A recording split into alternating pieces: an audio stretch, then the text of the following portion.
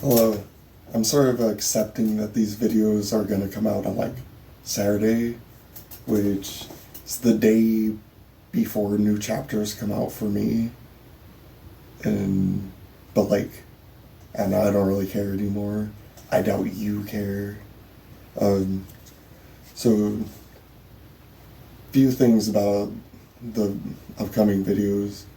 This video I was debating on if I should cover everything, if I had time to cover everything. So I was gonna cut most things and talk about what I really want to talk about, but I think I'll cover most things. There are a few that I'm gonna not talk about. First is Sakamoto Days. It's a really good series. I don't think I can do the justice of explaining it. So, if you're interested, just read it. Next up is Mama Yuyu, which ended this week, so I haven't really talked much about it, so I'm not really gonna explain anything about the ending.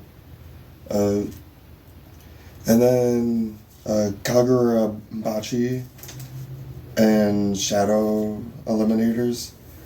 Those are series I don't care too much about. I like them, it's just, I don't know, if I had to not talk about a couple chapter or a couple series, it would be those two. And another thing for watching the videos, I think the series, when I'm talking about them, I'll put them in this corner over here, just so when you're scrolling through the video you can see what I'm talking about when. And then I'll use this area over here for reference images. I'll put something up there. I don't know what's gonna be up there, so whatever's up there, blame Luger, my friend Luger. So with that out of the way, let's start off with Undead Unluck. Clouds part, dragon appears. So I didn't explain too much in the first video, so I have to really there's a lot to catch up to explain this chapter. So this chapter is about or sort of the story right now is about language, the Uma language versus Nico and Ichiko, who in Loop 100, which is where the story starts off, I mentioned in the last video that language was defeated. This was done by Nico by himself, which is very impressive because they're one of the 10 rules. And one of the reasons would be his ability, Unforgettable, where upon activation, he's constantly remembering everything from that point on, so much so that if he's not holding on to the memories before that, they sort of fade away, so he kind of has no memory of his childhood. And so language shows up in Loop 101, ready to fight Nico, but when she gets there, she realizes he does not have his ability. And the reason for that is the activation conditions haven't been met. And that would be basically Ichiko's death, which is, in Loop 100, is his wife, where she was a member of the Union and he was sort of the head of the science group, and they didn't really get along, but then they sort of fell in love. Her ability is unsleep. Because of that, she can't sleep, and that ends up being what kills her, which activates his ability. So Language is trying to figure out how to activate the ability, so she tries to kill Ichiko, but Ichiko has really good control over her soul. So, when the attack happens, she sort of detaches her soul from her body, and then Nico puts it in cryogenic stasis, so they have time to like fight before they have to like deal with her body before it dies.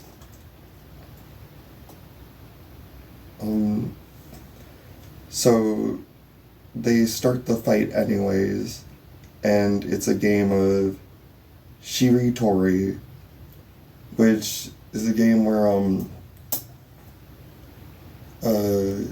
someone says a word, and then you say a word that starts with the last character used in their word.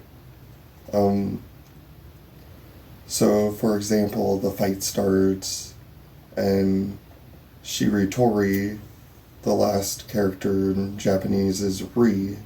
So she uses Ryusei, which is a meteor, which means meteor. So she summons this big meteor. So like when you say, whatever word you say ends up like appearing. And then Nico, he sort of asks like, oh, if we summon a word, does that word stay until the next round? And everything is based on your imagination. So he uses the letter I at the end of it, which is pronounced E in Japanese, to summon Ijisu, which is Japanese for Aegis, an artifact that's sort of this invincible shield. It ends up breaking because he knows like what the shield is, but he's never seen it, so it looks like really like off. And so after each round, it's sort of like someone has a word to attack, the other person defends, and then they get to add another language and then attack with their own word. So like Nico adds English and then uses science, and then sort of a back and forth. Language adds Ainu, which is sort of this older Japanese language that is sort of like an endangered language, I guess. So now we can finally get into like the actual chapter that came out. So this part, or first part of this chapter, is sort of cementing the waves that you can lose in this game, and that would be the main one. If the word is translated into Japanese and that word ends with an N. There's also if you use a word you've already used. And the other one is you take too much damage from the fight and can no longer continue.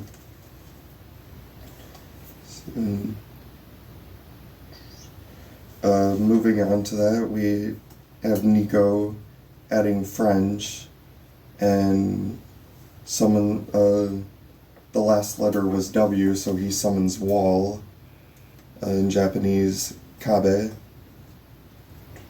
And then we cut to Fuko, her group is trying to make it back to the Union base, but they end up getting stalled by a bunch of like these fighter jets, which is interference from War, who's still at the Uma Roundtable. And so after that, language summons the Lance of Longus, which I don't think we've seen before. I assume it's just a really strong lance that can pierce just about anything. Which breaks Nico's wall, which gets him upset because it was made out of like a sort of metal that he made that's really strong. And then Lan adds Chinese. Last letter S goes into Shenlong, or Shin Ryu, which is just sort of a big dragon, like a Chinese, like Eastern dragon. So the next letter you could use would either be G or U, which Ichigo's soul then chimes in and summons an Umi Bozu, which translates to Sea Priest, which are like these giant yokai that appear in like calm waters and make it like very dangerous. But I don't know if this is like a weaker form or just like not the thing at all, because there's like this little furry dude shows up, like a little fur ball with a club, and like, so she mentions like, oh yeah, I don't really know much about it, and it just gets like blasted by the dragon. It's destroyed, and then so they're sort of on the ropes. Ichigo sort of uses her soul to call out to Fuko, and is like, oh, I'm gonna try doing this. And Fuko's like, I don't know, like, who knows if they'll show up, but go ahead anyways. Oh yeah, somehow after the Bozu gets destroyed, somehow Ichigo takes damage, and Nico notices this and thinks that if we find out what happened, this is what will take down language. So they go to the next word that they can use, U, and Ichigo summons Unfade, which is also written as Furo, which it summons the character Fong, who appears like he's just sleeping, and he just appears and falls onto the dragon, just like waking up all confused.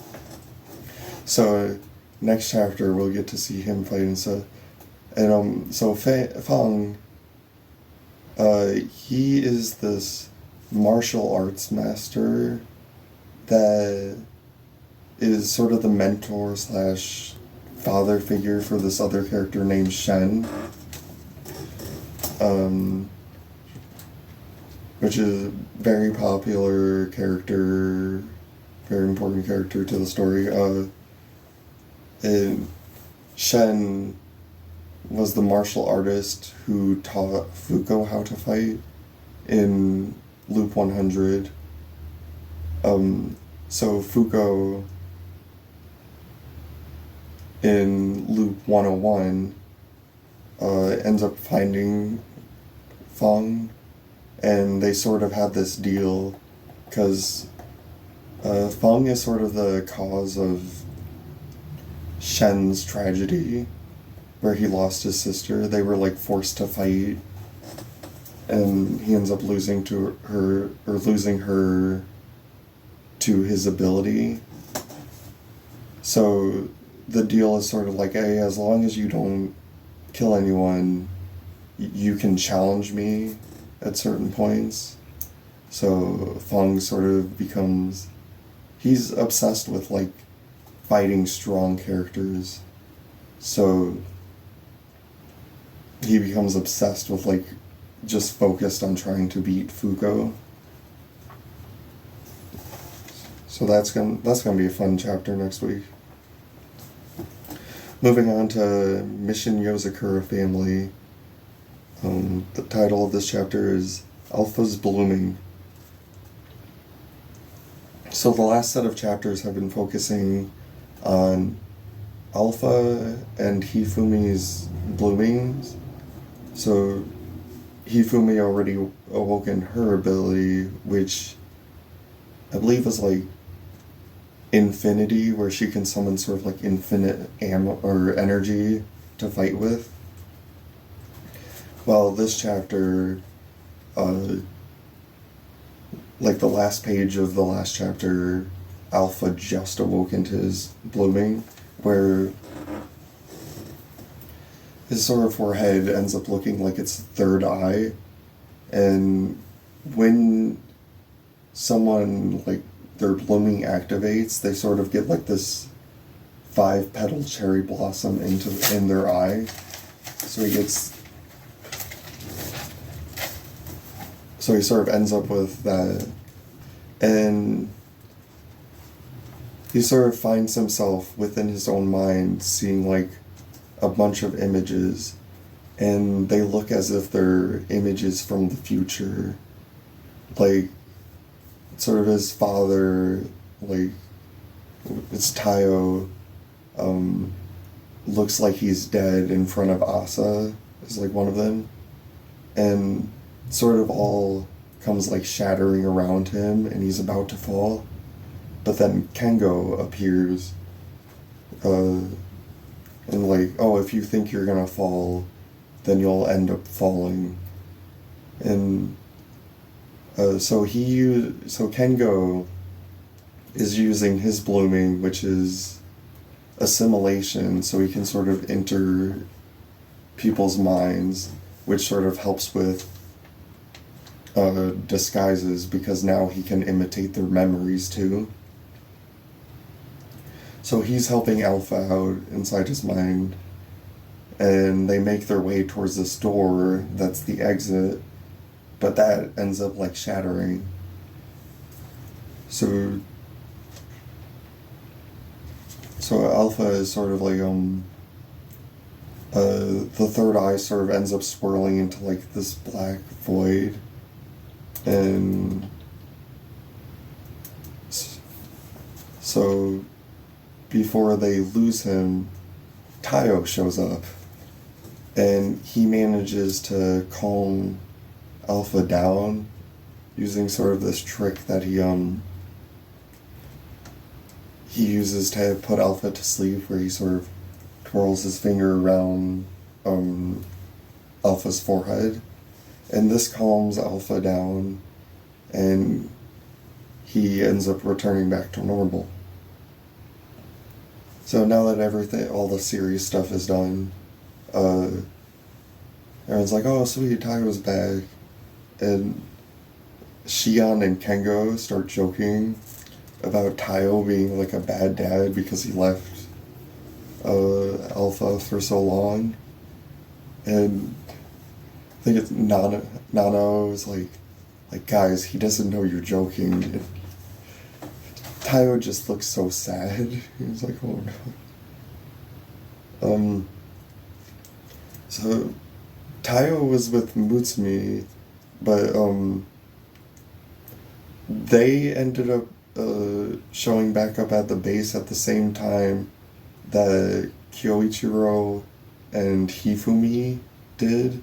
So Mutsumi was sort of there to slow him down so Tayo could like handle any problem that was going on.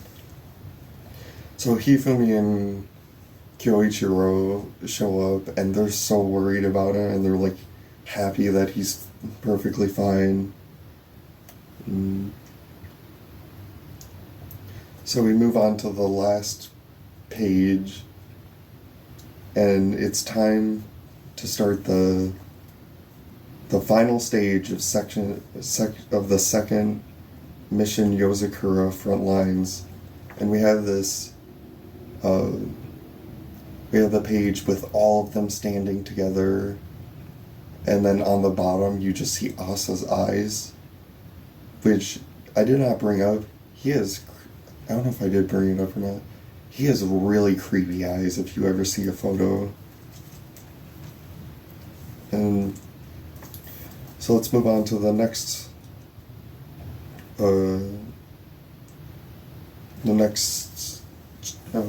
story, which is Witch Watch.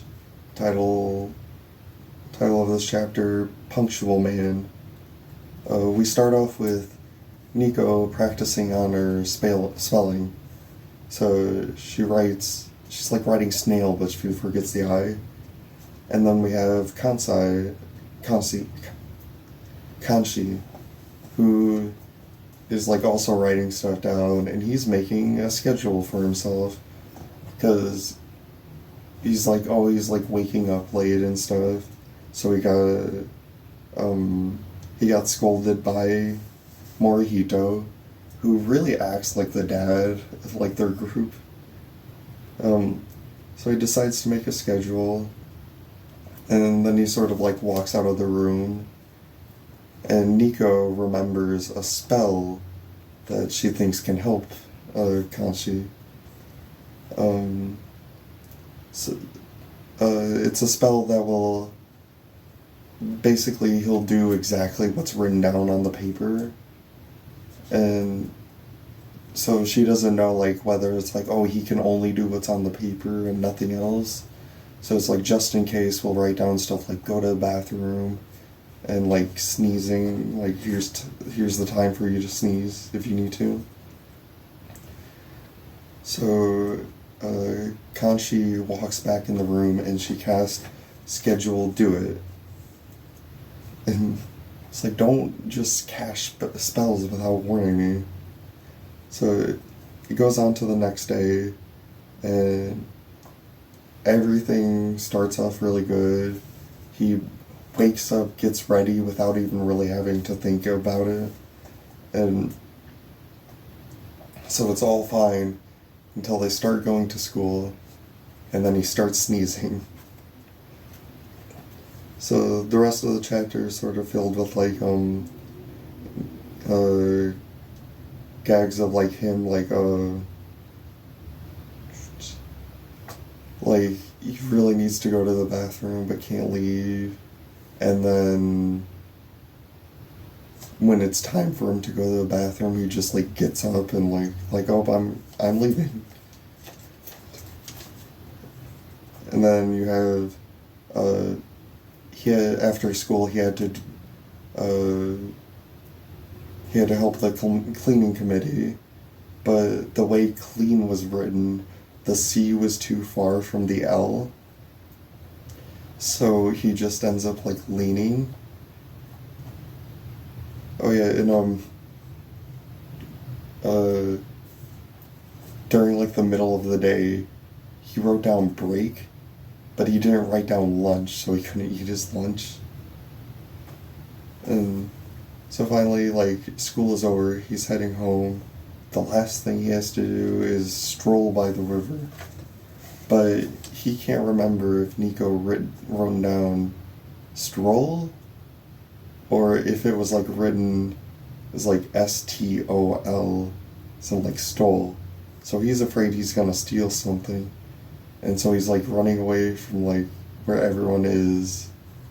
But then these guys are like, oh, he's gonna jump into the river, we gotta stop him and stuff. And it's like, oh no, it's 5 o'clock. And it's like, oh, she did write down stroll. Everything's perfectly fine. Next story, Super Psychic Policeman Chojo. His title is The Convenience Store Senior Police Officer. In this chapter, we get a color page. It has like different sort of like, they're like stickers, and they sort of mimic stop signs and like safety stuff. So for Chojo, you have sort of that the prohibition sign, which is the circle with the slash through it. For Ipangi, you have sort of red and white sign, and in red, it has crime prevention written on it, and then in white, you have gorilla on patrol. So that's where the joke, she's so strong that they just call her gorilla sometimes. And then for Kappa, he's driving like the car version of himself, and like above him in like yellow it says traffic safety. I didn't really describe what Kappa looks like, and I don't really know like how much panels from the story I'm like allowed to use. I've seen some people who review manga, if they like talk about something, it'll be like in a different color. So I'm gonna try and avoid using those like images from actual like mangas and stuff. And so to show you what he looked like, I drew this image, and so that's what he looks like. And moving on to the actual chapter, it starts off with our characters working at a convenience store.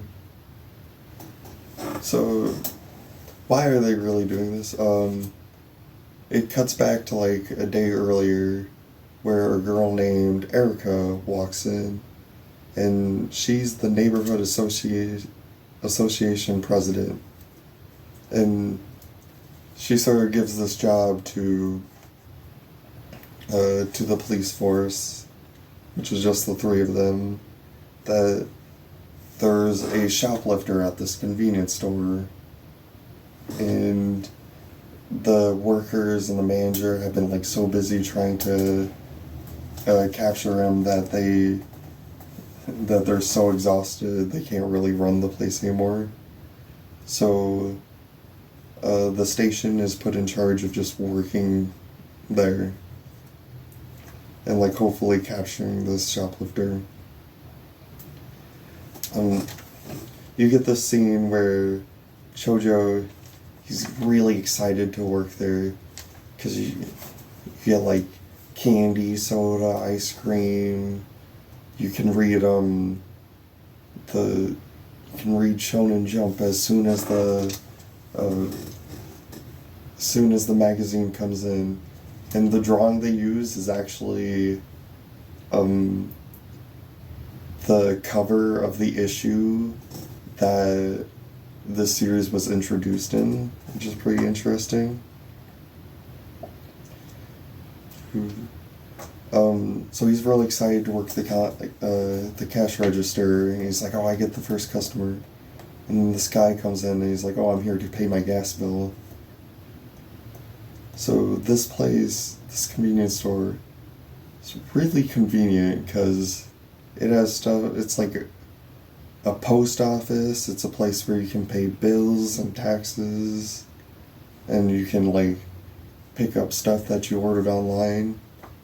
So they sort of struggle at first to get everything together, but after several days, you have Chojo and Kappa really getting into it. Like Chojo's reading minds, so he knows exactly how to help the customers out, and then Kabad is using his thermovision to see like, oh, this person's a little bit cold. Let me recommend a like something warm to eat for them.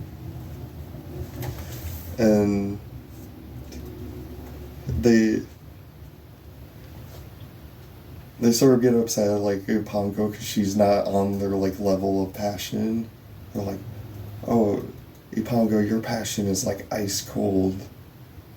And then Kapat's like, mentions that the Odin temperature regulator, it like stopped working.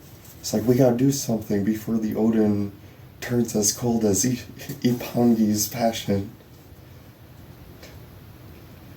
So, Chojo uses pyrokinesis to sort of keep it warm. And then Erica shows back up again and warns them that the shoplifter might try and steal during the next rush, which is going to be there like really soon. So the lunch rush starts, and Copbot notices something, but they're way too busy to handle it. So they're dealing with it with like all the customers, and they sort of entrust Chojo to deal with the shoplifter. So he stops this guy before he leaves the store, and what's happening is he's using this fake arm as sort of like to trick people, and he's using like his actual arm to like take something and like steal it. So the reason they found this out was Kappa using his thermo temperature. It's like, oh, this arm is not giving off any energy, and then like for a split second he sees like the guy's actual arm. So everything's taken care of. The thief is like, oh, who are you? And Chojo's like, this is who I am, and he holds up his name tag, while Ipango's like, no, you're supposed to use this one. She has his cop badge. So after that, all the employees are able to get back to work, so our main characters can go back to the station, and the next day, they accidentally show up at the convenience store because they're too used to working there, and they're like, we gotta make it to the station now, like, before this becomes a problem and we keep showing up here. Next story we're talking about, moving on to the next story, Kill Blue, titled Versus Jarden Round 2. Jarden is sort of this assassin organization that I don't think they're exclusively assassins, like sort of paid to hire. So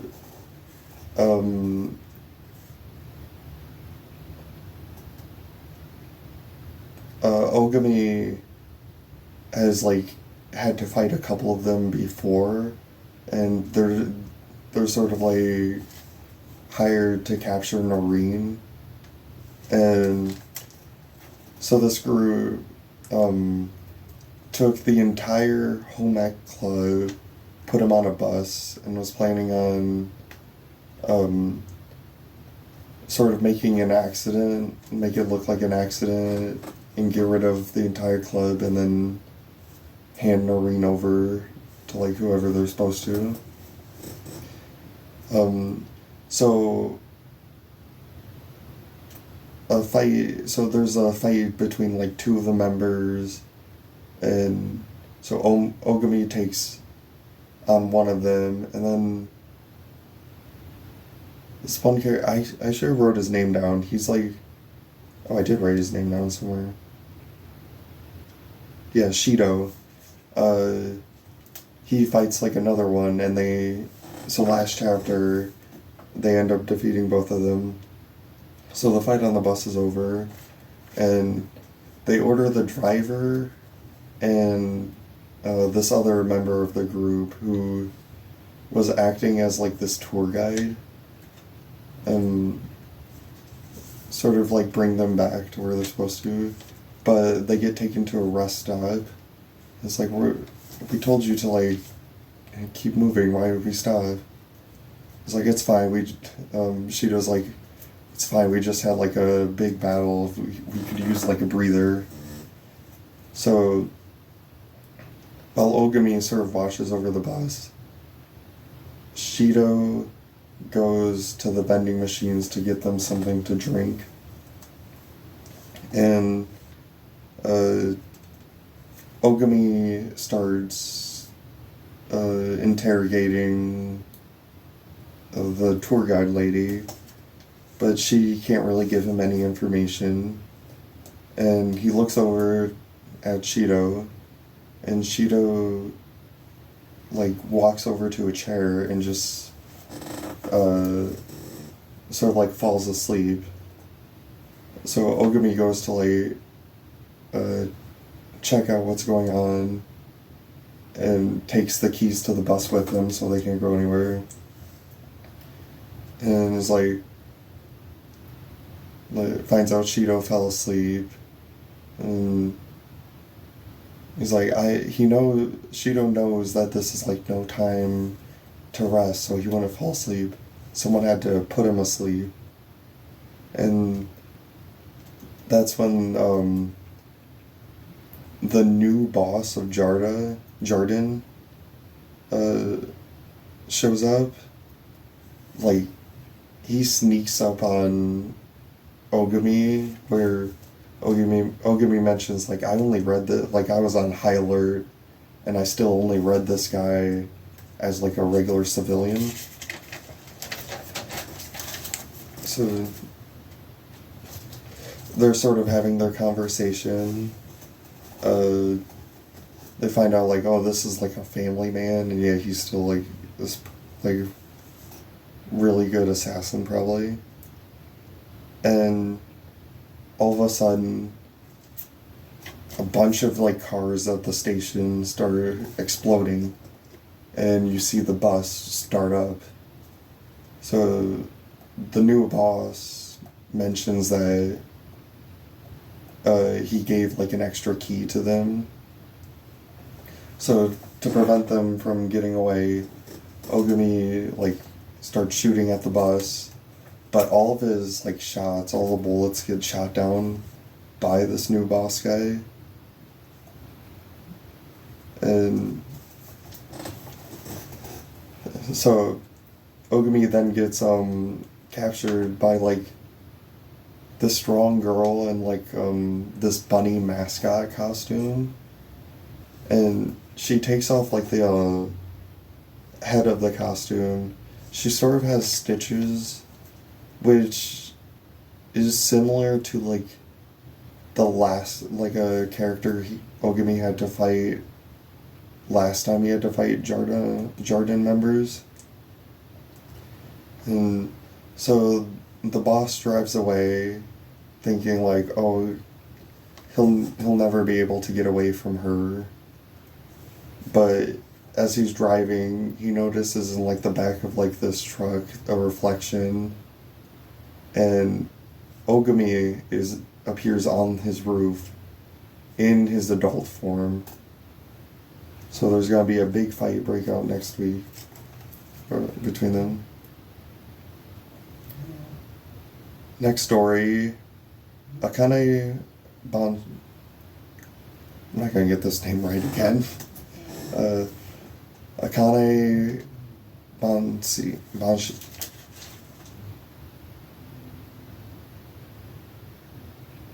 Banashi.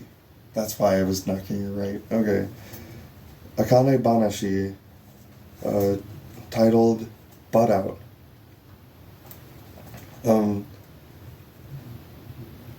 The last set of chapters have been about this event that has been set up to celebrate this, one of the characters being promoted to Futatsume. So there were 4 people who get to participate in them. One of them being Akane, the other one being one of the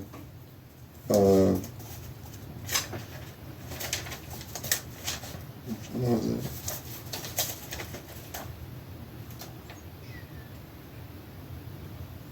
One of the Arakawa Arch 4.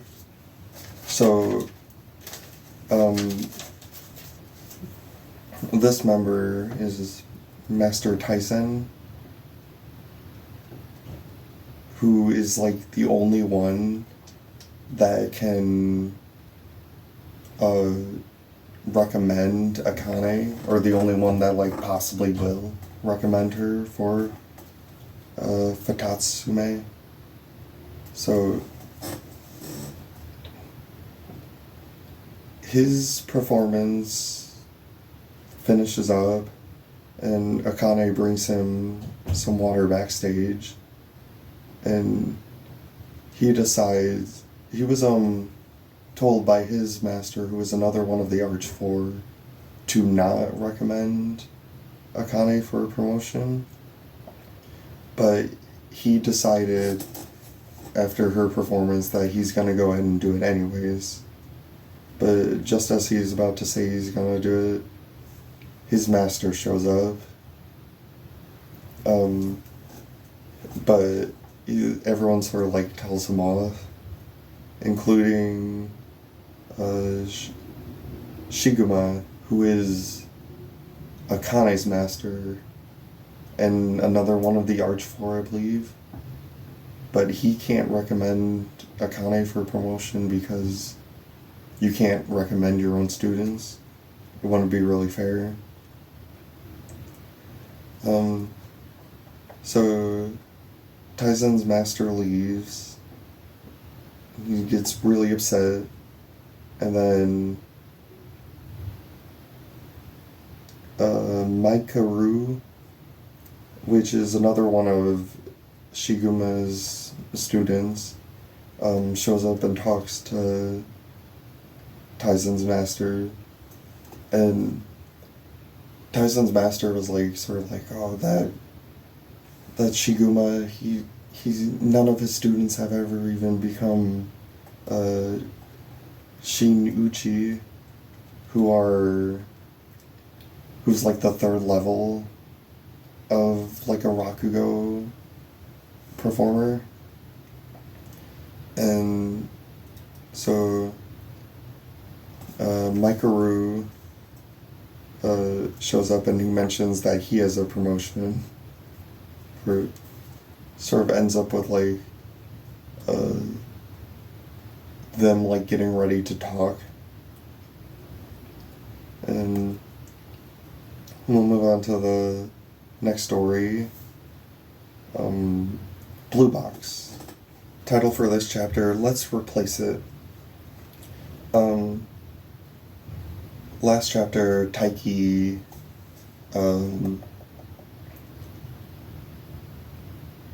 he ended up winning against Haruo, who is like an upperclassman and sort of like his mentor character. So he ended up beating him, but he ended up losing to Yusa, who's a rival from another school. And so he still got second place, which is the top two of this competition got to move on to nationals, so he gets to go to nationals anyway. And he ends up talking to Chinatsu afterwards, where she congratulates him. And before, she made like this sort of wish ribbon that like attached to his ankle, which I guess it's supposed to, I don't really know how it works, but it like it didn't break during the game, so like they decide to like, oh, let's replace it with a new wish. And it's sort of like she doesn't tell Taiki what it is, but it's sort of like it's like, oh, I wish him good health, and like he uh,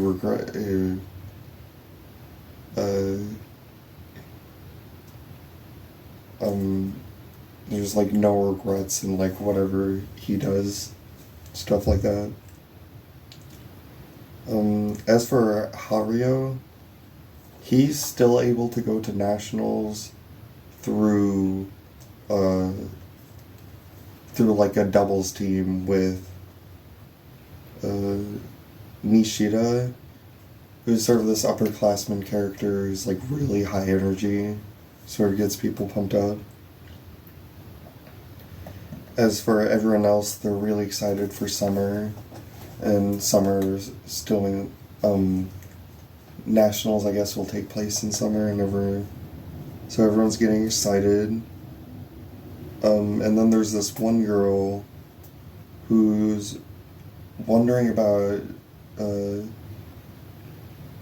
Chinatsu, who one of the girls saw like a guy giving her a piggyback ride, and then like another girl during one of Taiki's games heard like Chinatsu call out like Taiki's name.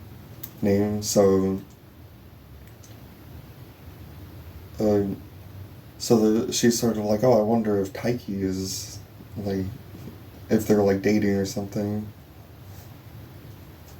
And she says this to like this like newer student who I think it's kind of implied that she has a crush on Taiki. So moving on to the next one, Dear Anemone. Last chapter,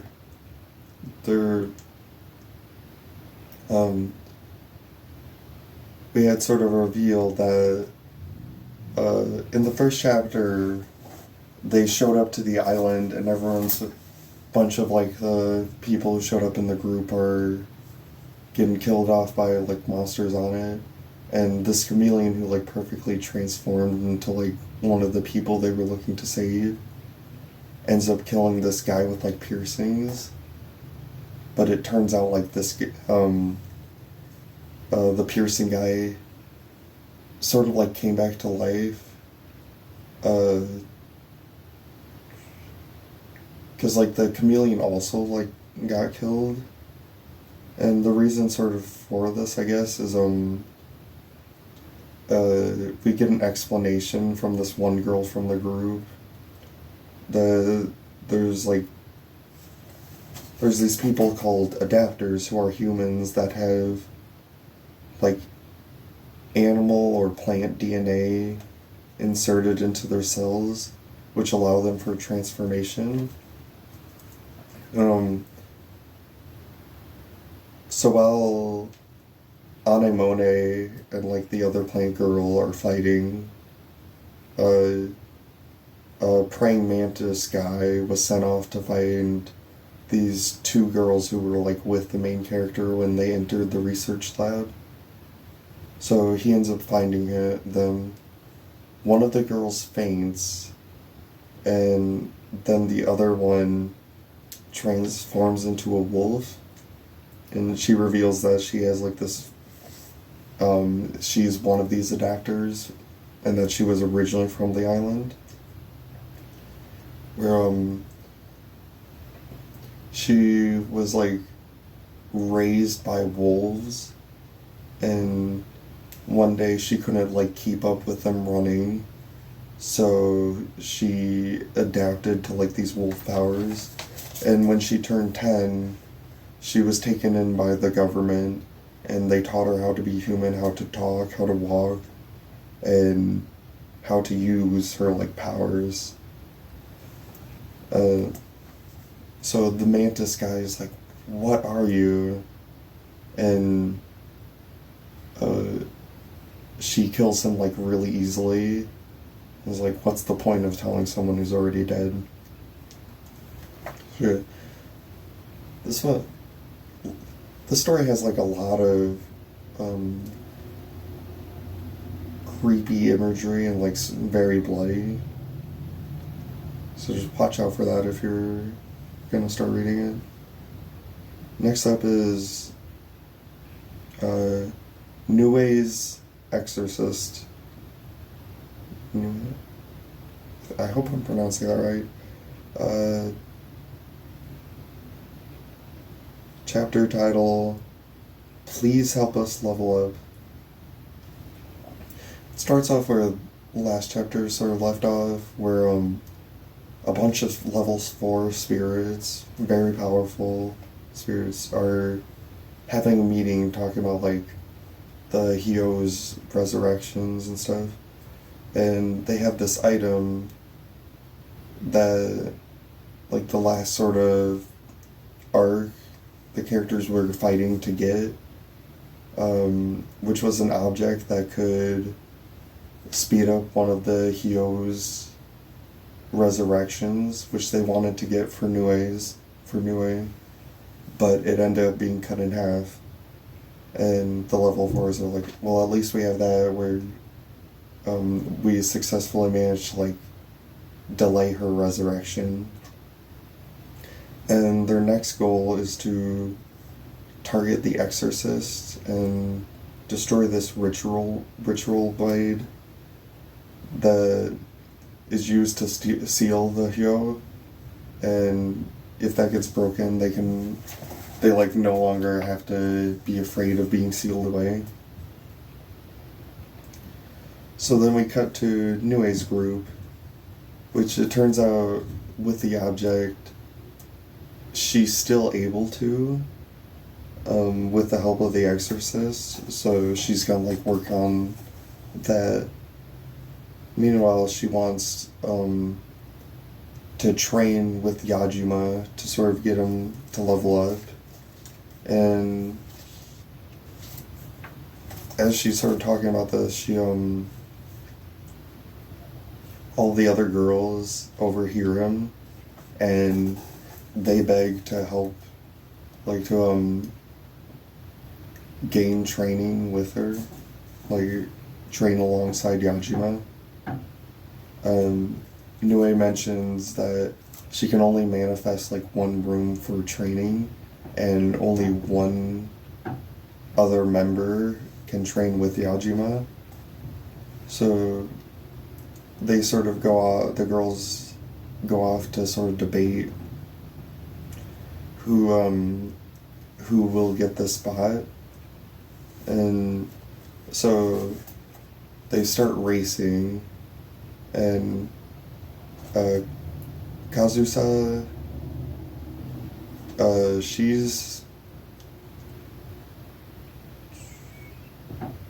she sort of like falls behind trying to gain her resolve, like on what she wants to do next. And she decides to like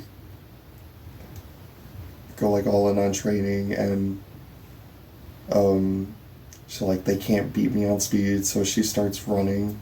She ends up bumping into Yajima, and they both ask to train together. But for Yajima, he was sort of like asking all of the girls.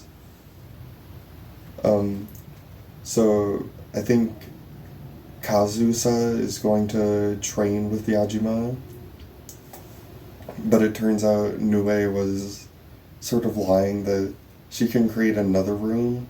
It's just like who's going to be it was just to determine who's going to train with Yajima.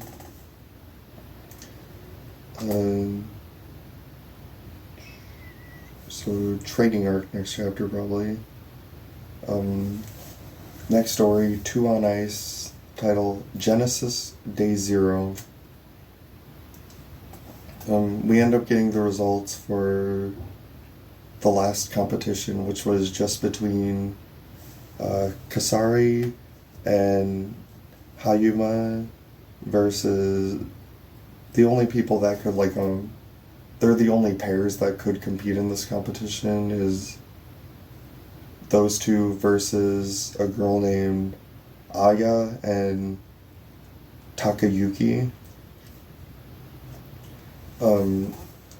So Hayuma group, they did really good, but they were only able to get second place. And because the other two weren't really a good pair for each other, they end up disbanding. So the next competition, Hayuma and Kisara sort of win by default. And some people, after the last show up anyways to see them, because they're like, oh, I showed up because I was a fan of Takayuki, but like now I'm sort of a fan of them. And more people are like getting into pairs for skating.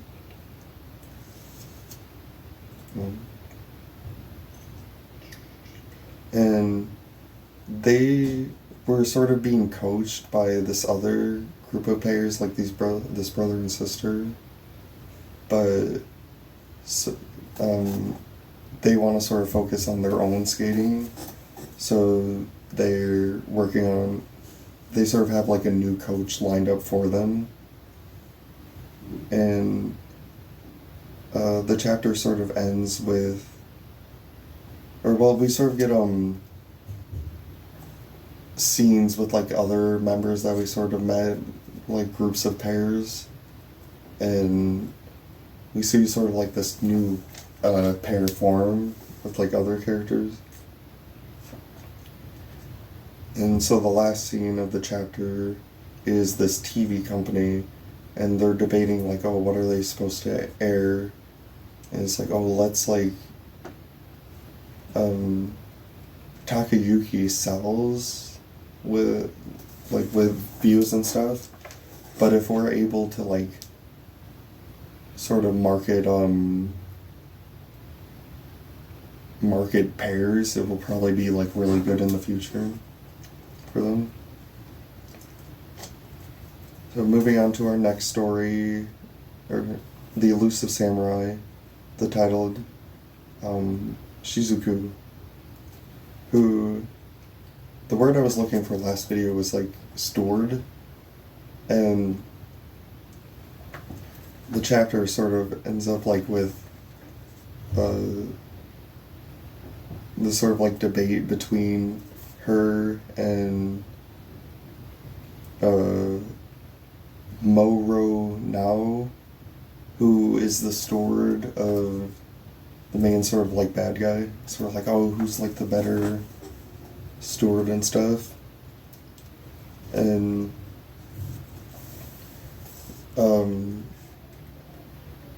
after this battle, it's sort of Akia's army ends up being defeated, so they like retreat south.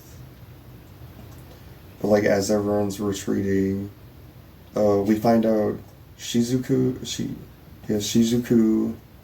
is actually something called a Misaguji, which is like an ancient god who she's now taken like the form of like a human. And she decided that she'll like use her powers to defeat the enemies in Kyo. But she's stopped by Tokiyuki because he doesn't want her to like disappear, because if she uses too much power, she'll like lose her human form. And she's like mentioning like how much he needs everyone, and the last sort of scene we get is of her like blushing. Okay, just 2 more to go. Next we have me and Roboco, and MC and Roboco. So we start off with a classic scene of Bondo sort of getting picked on by the other two. And it's like, oh, Bon and Bondo, that stands for bonobo. Like the bonobo monkey. And it's like, oh, you guys are so mean. It's like, what a peaceful ape. It's a life that we should strive towards and stuff. Then Roboco appears, and she starts a rap battle with Gorilla, where it becomes Gorilla's turn, and he can't say anything mean about his friends, so he ends up losing. And so, why is Roboco rapping now? Well, it's because of the intro to like the second season of Mashal, Bling Bang Bang Born by Creepy Nuts, which, if you have not heard that song, like, please listen to it. It's pretty good. So she gets really jealous and is like, oh, I want them to make like a song for like upcoming movie. So that's why she's sort of going around like starting rap battles with everyone. And then Millie and Tally show up, who are these characters. I think it was revealed recently that they're like brother and sister. They're sort of like order maids that they want to like rise up against humans, and they sort of like used to look up to Roboco, but like now she's on the side of humans, so every once in a while they try to fight her. And so Tally is like ready to battle her, and she just starts like rap battling. He's like super confused and just ends up losing like everyone.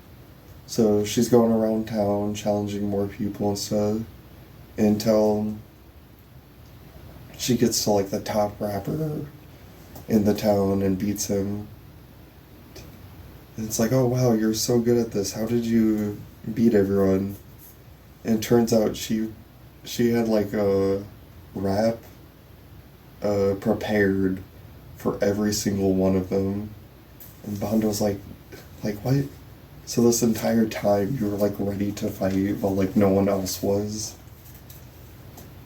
So a rap battle between Bondo and Roboco starts, and she did not prepare one for Bondo, so she's just desperately trying to come up with insults, and then Bondo's turn starts, and literally says, one of the characters says in the chapter, he's spitting bars. So he ends up winning. And the next story we'll be moving on to, which is the last story we'll talk about for today, is Green Green Greens, which I almost forgot to write stuff down for. This chapter is called Changing. In the last set of chapters, they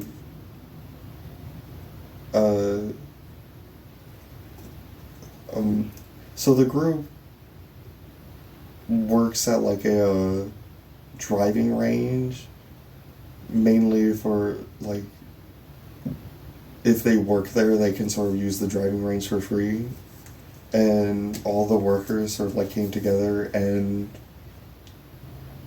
went to this golfing course.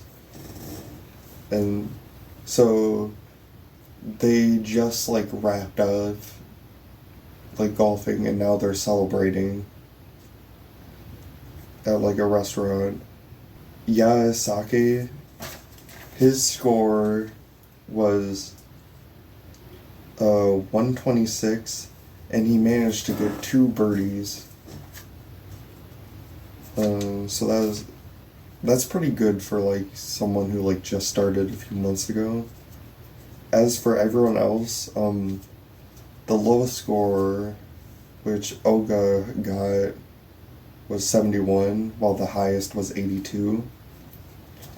And so he sets his mind on a new goal, which is within the next year he wants to get a score of under 100. So he decides he wants to work on his slices, which I guess is like it's a term in golfing for like if you hit with like your right arm, it's slicing is making it go to the right. So it's like sort of the opposite direction you're swinging with your dominant hand. And so they like leave the restaurant and Oga gives him advice. So he ends up going home. He's like really tired after a busy day and he gets ready for bed and he's lying there, starts shuffling around, and so he starts thinking about like her advice. He's like, alright, he just gets up, rides his bike to the range so he can practice more, and he finds out that Oga is also like practicing. And that's all I'm gonna be talking about this week. So I hope you guys look forward to next week. Guess that's it. Alright, bye.